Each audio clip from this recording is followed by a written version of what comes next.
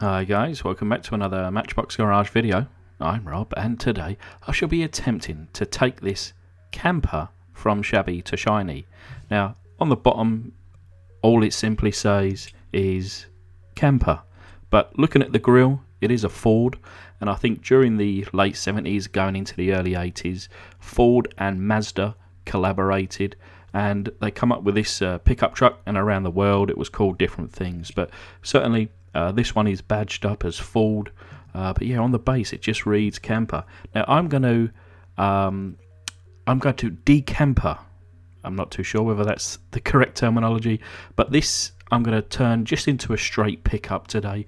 I've actually restored one of these as a camper, so check it out in my kind of back library. But today, yeah, we're going to go with just a straight up pickup truck, and with 2,000 likes, this one could be yours. But we'll start by drilling down the centre of the post, and there is just one on this car. And we'll remove that flange and tap that hole. Please do remember to lubricate your piece. But here is the little camper. Of course, the large white camper part is missing on this one, but you can see where it's attached to the top there, and also at the back.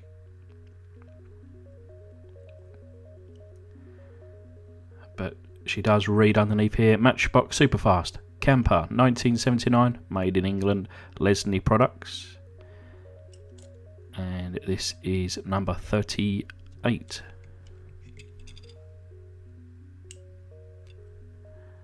But as you can see, I've already pre-drilled this one, and there's a tab on the back there, and of course then you've got the single rivet in the middle. But these wheels, they won't be used today, so we'll cut those out. And then we've got this window section.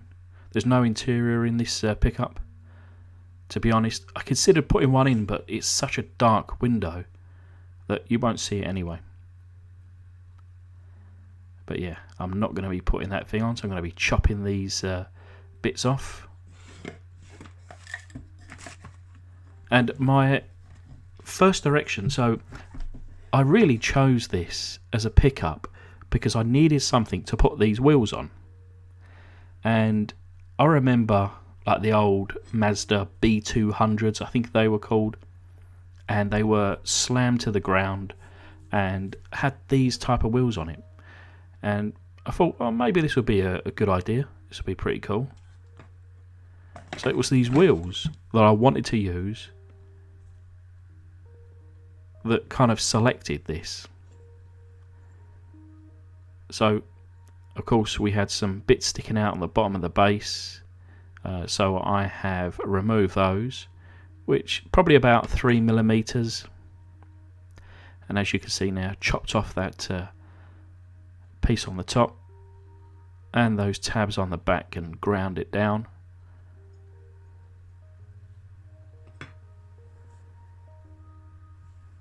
And then this was when I thought, okay, let's trial it. Let's see whether these wheels are going to fit. Got some little tabs there on the inside. I could have removed those, that's not a problem. But I started to think, maybe these wheels are a little bit too small. And if I run them in the channels that these wheels supposed to be, there was a massive wheel arch gap, and it looks silly. So I thought, okay, well, what I'll do is I'll channel it above. And it actually sit in there, and it looked okay. As I struggle to show you, it looked alright, but then it wouldn't roll. The kind of removing that from the bottom was just not enough. So I thought, well, I prefer to make my cars into rollers, so a change of wheels were in order. And I picked these ones out, just another from the set of Greenlight, and they filled up the arches perfectly. They were the perfect width, and I think the perfect size. So we had a little bit of a change up, and we're going to go with those wheels now. But into the foot-long hot dog jar she goes, covered in boiling water, and in comes a tablespoon of caustic soda.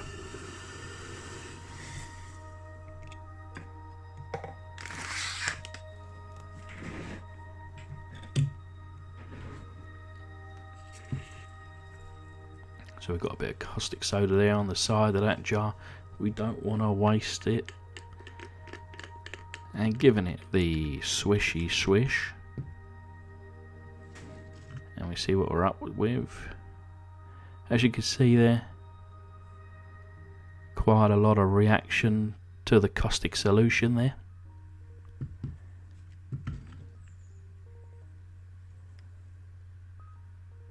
And yeah, it's blowing bubbles out of there, which is quite fun to see. But we'll put that to one side. And it would probably been, if I remember rightly, 10 or 15 minutes. And as you can see, not all the paint has been removed. I reckon we're around a 93.2% today. But certainly nothing the tack life with the steel wire attachments easily handle.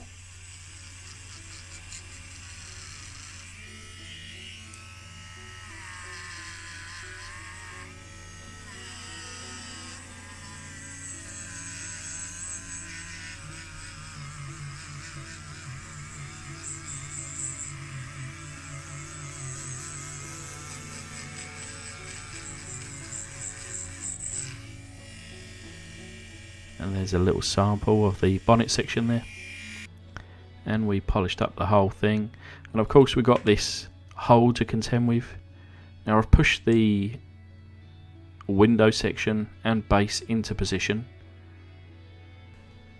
And the hope was that it would kind of act as a stopper for the JB Weld. And it actually worked better than I thought. But just piling it on, leave it to dry, and then rub it down.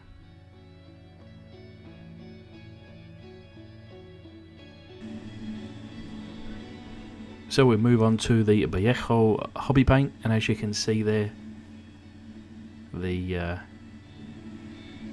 hole filled in, and it is solid. There's nothing actually holding it in there other than itself. Of course, this is just a little toy. Certainly wouldn't recommend the same method on a real car. Put a toy car sat on the shelf, this will be fine.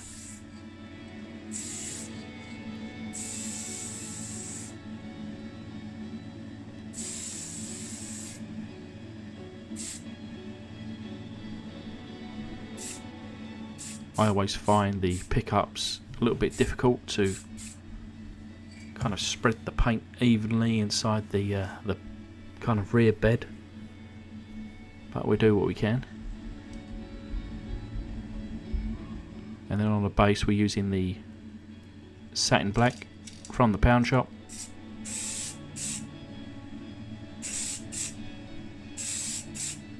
I considered leaving it in the unpainted finish, but actually it looks really good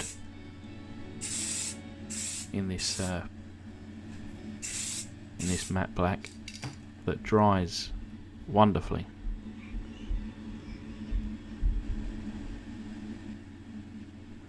But anyway, we're using the Vallejo Premium Airbrush range. This is the metallic blue. And I think you'll find that looks pretty good. Just trying to show you how it's dried. You could just about see the little circle there. But on the top, I think it's very, very barely visible.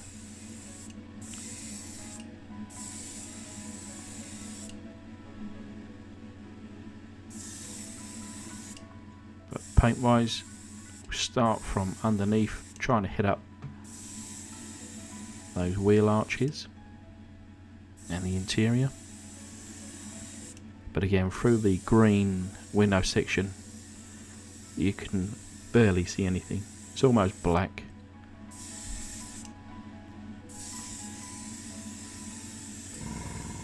But I really liked it with just the one coat. I ended up going with 2 coats,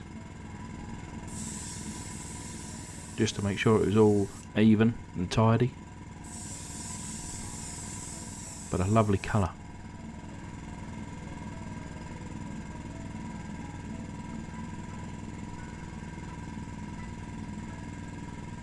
So it's the following day, and I've polished out that window section there, and like I say, look at that, it looks lovely in my opinion. We've got the wheels in place, got the rear number plate painted in, and then a little bit of chrome on the front bumper.